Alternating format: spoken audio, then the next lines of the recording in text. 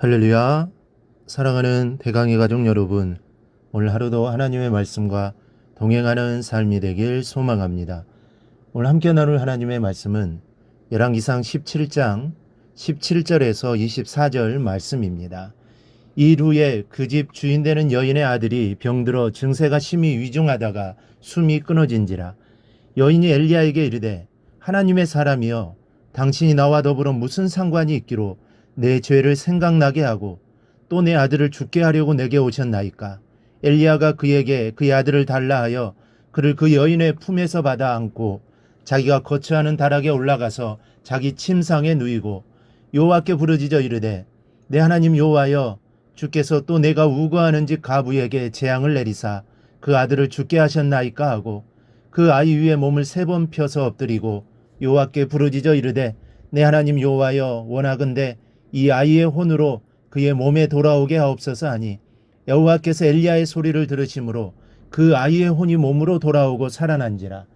엘리야가 그 아이를 안고 다락에서 방으로 내려가서 그의 어머니에게 주며 이르되, 보라, 내 아들이 살아났느니라. 여인이 엘리야에게 이르되, 내가 이제야 당신은 하나님의 사람이시오, 당신의 입에 있는 여호와의 말씀이 진실한 줄 아노라 하니라. 아멘. 우리의 인생은 한치의 앞도 알 수가 없습니다. 오늘 하루 어떠한 일이 일어날지 알 수가 없습니다. 마치 구름이 하늘을 떠돌듯 인간의 생사화복이 어떻게 흘러갈지는 아무도 모릅니다. 세옹지마라는 고사 성어가 말해주듯 우리의 인생은 얼마든지 복이 화가 되고 화가 복이 될 수 있습니다. 오늘 본문에 이 사르밧 가부가 바로 그런 사람이었습니다. 그녀는 인생고로 인해 자살까지 생각했던 사람입니다. 그런데 그녀가 엘리야 선지자를 만남으로 살아계신 하나님을 만나는 역사를 몸소 경험했습니다. 분명히 밀가루 조금하고 기름 몇 방울밖에 없었는데 가뭄이 끝나기까지 밀가루가 떨어지지 아니하고 기름이 떨어지지 않는 기적을 체험하게 됩니다. 정말 믿을 수 없는 일이고 오병이어와 같은 기적이었습니다. 그러던 어느 날 청천벽력 같은 사건이 벌어지고 말았습니다. 그녀의 아들이 죽고 말았습니다. 그동안 굶주림의 삶으로 인해 영양실조에서 병이 왔고 이것이 화근이 되어 죽지 않았나 생각해 봅니다. 홀로 사는 가부의 소망이요, 인생의 전부였던 아들이 죽었습니다. 그것도 가뭄으로 인해 거의 죽을 뻔하였다가 하나님의 선지자를 만나 크나큰 축복을 받게 된 시점에서 죽게 됩니다. 그녀에게 있어서 아들의 죽음은 아마 세상에서 가장 참을 수 없는 고통 중에 고통이었을 것입니다. 이런 비극을 맞이해야만 했던 여인은 엘리야 선지자를 향해 목을 놓아 이렇게 원망을 합니다. 하나님의 사람이여, 당신이 나와 더불어 무슨 상관이 있기로 내 죄를 생각나게 하고 또 내 아들을 죽게 하려고 내게 오셨나이까. 내 죄를 생각나게 하고 라는 고백으로 보아 이 여인도 한때는 시돈 지역에서 발원한 바알을 숭배했던 것 같습니다. 온 백성이 하나님을 버리고 우상을 섬김으로 하나님께서 가뭄을 주셨고 또 저들을 깨닫게 하기 위해서 엘리야 선지자를 보내신 것입니다.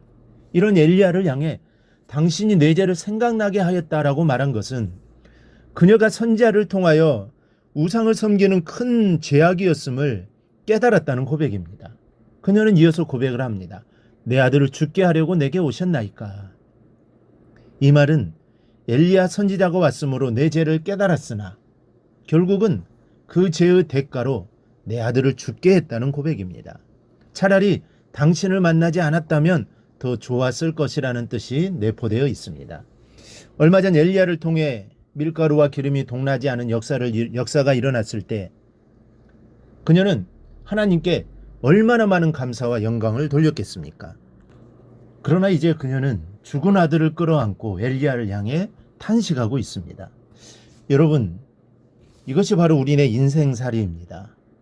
화가 복이 되고 복이 화가 되는, 마치 생사고락이 바람같이 이동하는 것이 인생입니다.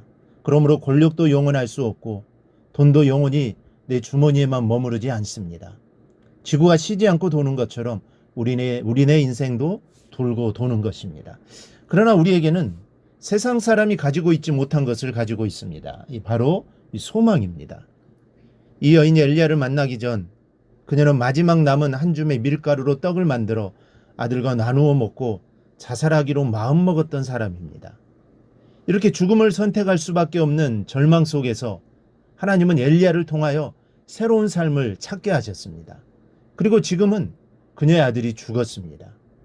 유일한 낙이요 소망이었던 아들이 죽었으니 이제 이 여인이 살아가야 할 인생의 목적이 사라진 것입니다. 그러나 하나님은 엘리야를 통하여 죽은 아들을 살리시는 역사를 베풀어 주셨습니다.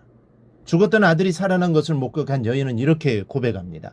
내가 이제야 당신은 하나님의 사람이시요 당신의 입에 있는 여호와의 말씀이 진실한 줄 아노라. 이제야 알았다는 말입니다. 다시 말하면 그녀의 아들이 죽기 전에는 엘리야가 하나님의 종이요 그의 입에서 나오는 말씀이 곧 여호와의 말씀이었다는 것을 몰랐다는 것입니다. 그러나 이제는 알았습니다.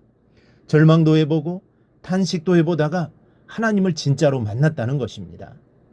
욥은 순전하고 정직하여 하나님을 경외하며 악에서 떠난 자였습니다. 하지만 그럼에도 불구하고 그는 하나님을 온전히 알지 못했습니다.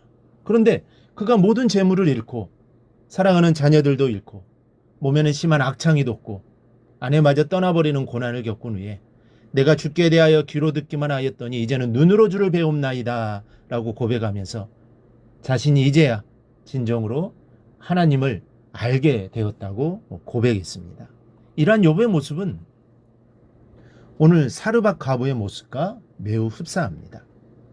인생에 있어서 가장 중요한 것은 물질적 풍요가 아니라 영적 축복, 곧 하나님을 아는 것입니다. 하나님을 온전히 알 때 영원한 생명의 길로 완전히 들어서게 되는 것입니다. 여기에서 알 수 있듯이 성도에게 있어서 고난은 하나님을 온전히 알게 되는 계기가 되기도 합니다. 그러므로 고난과 시련 속에서도 기쁨으로 인내하며 하나님의 은혜를 사모할 수 있어야 할 것입니다. 지금 고난이나 시련 가운데 있다면 그 일을 통한 하나님의 계획하심을 바라보시기 바랍니다. 말씀을 묵상하며 조용히 기도의 자리로 나오시기 바랍니다. 그리고 하나님을 더 깊이 알아가시기 바랍니다. 그러면 그 고난과 시련이 내게 복이 되는 것입니다. 이 사실을 기억하고 하나님을 온전히 알아가는 성도들이 되기를 주님의 이름으로 축원합니다. 오늘 묵상한 말씀을 굳게 잡고 삶으로 실천하며 살아내는 대강의 모든 성도들이 되기를 축복합니다.